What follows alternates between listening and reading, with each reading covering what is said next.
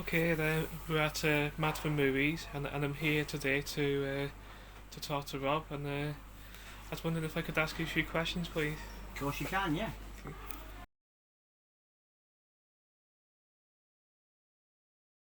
Um, Basically, I had a job in working in IT back in the early 2000s, and I worked in a place up in Manchester where the company was buying and selling all sorts of everything. At the time, DVDs were just coming through and replacing VHS, and we could buy them.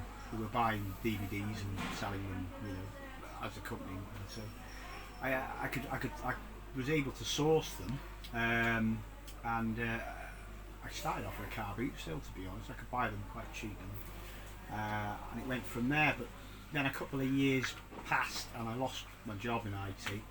And my friend said to me, he said, why don't you start a little business in the market selling your DVDs? And it was only meant to be like for about, a year or so while we found something else, and here I am like 15 years later.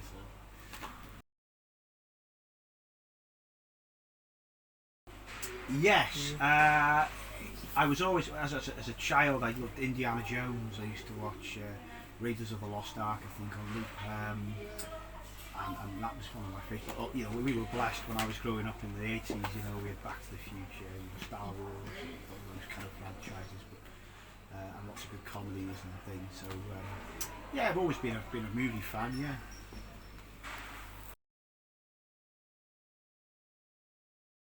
Famous people apart from yourself, Mohammed. Yeah, I have. I've a few years ago, I had Stuart Lee, the comedian, came in. He was playing in Glyndŵr, doing a gig there, and he came in. And then, a few days back, with my connection with following Wrexham Football Club for 30 odd years, I'm doing a bit of work with the Takeover, the documentary. They talked to me. Ryan Reynolds and Rob McElhenney came in, and spoke to me about. They did, yeah.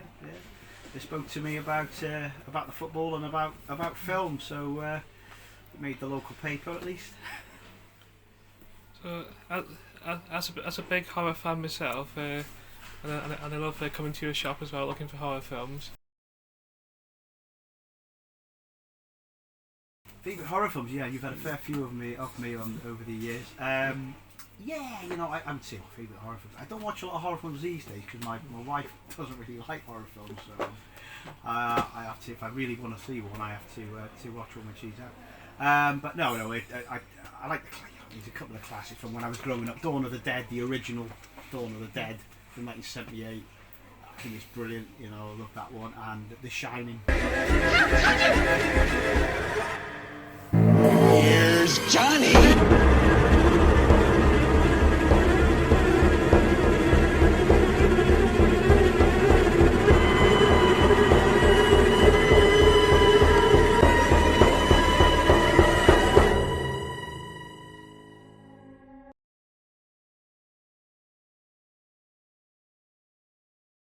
Hidden gems. Yeah. Oh, I recommend quite a lot of hidden gems. Obviously, everybody knows the main films and the blockbusters, if you like. But there's a lot of B movies, if you like, or lower budget films which people don't know about. There's a few, to be honest. I just have a quick look at the shelf over here, but just pick one at random, really. Which one I would recommend. Which, okay, it's not so much of a B movie, it's a bit of a breakthrough film, really, but Dazed and Confused, which came out in '93, and it's a drama, like a coming of age drama. But it's got a lot of stars, Matthew McConaughey an early role in, and it's got the music by it says on there, music Aerosmith, Alice Cooper, Black Sabbath. But something like that I'd recommend. Or there's a few thrillers and things. I like a lot of thrillers, a lot of things with mysteries and good conclusions. Yeah. So there's a few there on the shop. Arlington Road is one with Jeff Bridges in. I'm looking at what else have we got there? Breakdown with Kurt Russell. There's another one. Some good ones that keep you guessing to the end. Okay, that's it.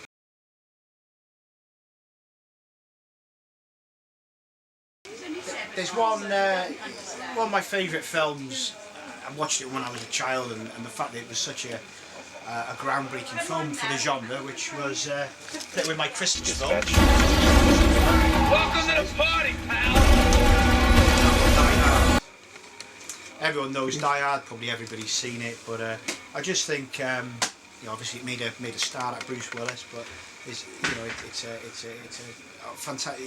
The bad guy in it, Alan Rickman, as Hans Gruber, probably steals the show, and it's Good film. It's just, it's action from beginning to end, and as I say, I'll watch it every Christmas.